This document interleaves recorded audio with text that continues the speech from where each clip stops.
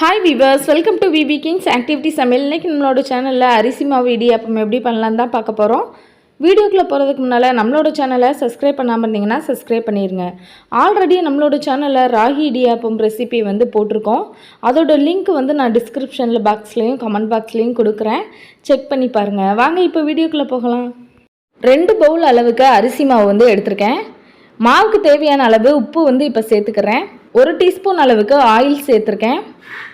இதை நல்லா எல்லா சைடுமே மிக்ஸ் ஆகிற மாதிரி நல்லா கலந்து விட்டுருவோம். அடுப்பில் தண்ணி வச்சுருக்கேன். தண்ணி நல்லா கொதிக்க ஆரம்பித்ததுக்கு அப்புறமா நம்ம இப்போ அடுப்பை ஆஃப் பண்ணிடலாம். கலந்து வச்சுருக்க மாவில் கொதிக்கிற தண்ணியை கொஞ்சம் கொஞ்சமாக ஊற்றி ஒரு கரண்டி வச்சு நம்ம கிண்டி விட்டுட்டே இருக்கலாம். ரொம்ப ஊற்றிட்டிங்க அப்படின்னா சொதன்னு ஆயிரும். அதனால லைட்டாக ஊற்றி கிளறி விட்டுக்கோங்க. கொதிக்கிற தண்ணியை ஊற்றுறதுனால மாவு ரொம்பவுமே சாஃப்டாயிரும். இப்போ கரண்டி வச்சு நம்ம நல்லா மிக்ஸ் பண்ணி விட்டாச்சு. மாவு இந்த மாதிரி இருக்கிற மாதிரி பார்த்துக்கோங்க. இப்போ தண்ணி இல்லாத மாதிரி தான் தெரியும், ஆனால் நம்மளுக்கு தண்ணி ஃபுல்லாக நம்ம பிணையும் போது கரெக்டாக இருக்கும். ஒரு சில இடத்துல மாவாக இருக்கிற மாதிரி இருக்கும், ஒரு சில இடத்துல தெரியாக இருக்கிற மாதிரி இருக்கும். இந்த மாதிரி ஸ்டேஜில் கரெக்டாக இருக்கும். இதை அப்படி ஒரு மூடி போட்டு மூடி வச்சுருங்க. ஒரு 50 மினிட்ஸ் கழித்து நம்ம மாவு நல்லா சூடு ஆறுனதுக்கு அப்புறமா நம்ம ஓப்பன் பண்ணி பார்க்கலாம்.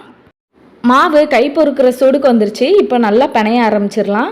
இந்த மாவு இந்த அளவுக்கு கட்டியாக இருக்கிற மாதிரி பார்த்துக்கோங்க. ரொம்பவுமே சாஃப்டாக இருந்துச்சு அப்படின்னா நம்மளுக்கு இடியாப்பம் புளியறதுக்கு சரியாக வராது. நான் இப்போ நல்லா பிணைஞ்சு வச்சுட்டேன். இப்போது இடியாப்பம் புளிகிற உலக்கு எடுத்து வச்சிடலாம். உலக்கில் மாவை எடுத்து வச்சுட்டு இப்போ மூடிட்டு இடியாப்பம் புளியறதுக்காண்டி இடியாப்ப தட்டு தான் நான் எடுத்து வச்சுருக்கிறேன். தட்டில் கொஞ்சமாக எண்ணெய் தடவிட்டு நம்ம இப்போ புளிய ஆரம்பிச்சிடலாம். எண்ணெய் தடவுறதுனால நம்மளுக்கு மாவு ஒட்டாமல் லேசாக நம்மளுக்கு வந்துடும். இடியாப்பம் புளிஞ்சிடலாம். மாவு நம்மளுக்கு நேராக இந்த மாதிரி வரணும். நீங்கள் கொஞ்சம் சாஃப்டாக பிணைஞ்சிட்டிங்க அப்படின்னா மாவு அப்படியே அருந்து விழுந்துடும். நேராக நம்மளுக்கு புளியறதுக்கு வராது. அப்போ மாவு நம்ம சரியில்லாமல் பிணைஞ்சிருப்போம். நான் சொன்ன மாதிரியே நீங்கள் கொஞ்சம் கட்டியாக பிணைஞ்சிட்டிங்க அப்படின்னா இந்த மாதிரி நம்மளுக்கு நூல் நூலாக வரும் இடியாப்பம்.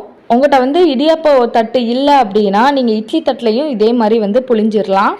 இட்லி தட்டில் துணியை விரிச்சிட்டு அதுக்கு மேலே இந்த மாதிரி புளிஞ்சுக்குவோம்.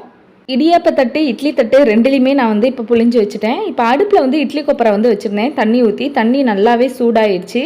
இப்போ புளிஞ்சு வச்சுருந்த 2 தட்டையுமே எடுத்து நம்ம உள்ளே வச்சிடலாம். இப்போ மூடி வச்சிடலாம். மூடி வச்சுட்டு ஒரு 10 மினிட்ஸ்லேயே நம்மளுக்கு நல்லா இடியாப்பம் வெந்துடும். இப்போ நம்ம ஓப்பன் பண்ணி பார்க்கலாம். இந்த அளவுக்கு இடியாப்பம் வெந்திருக்கு. நம்ம எடுத்தாலே நல்லா நூல் நூலாக இருக்கிற மாதிரி இடியாப்பம் ரெடி ஆயிடுச்சு. அவ்வளோதான், டேஸ்டியான இடியாப்பம் ரெசிபி ரெடி. நம்மளோட சேனல்ஸில் வர்ற வீடியோஸ் எல்லாமே உங்களுக்கு பிடிச்சிருந்தது அப்படின்னா லைக் பண்ணுங்கள், ஷேர் பண்ணுங்கள் அண்ட் சப்ஸ்கிரைப் பண்ணுங்கள். தேங்க்யூ.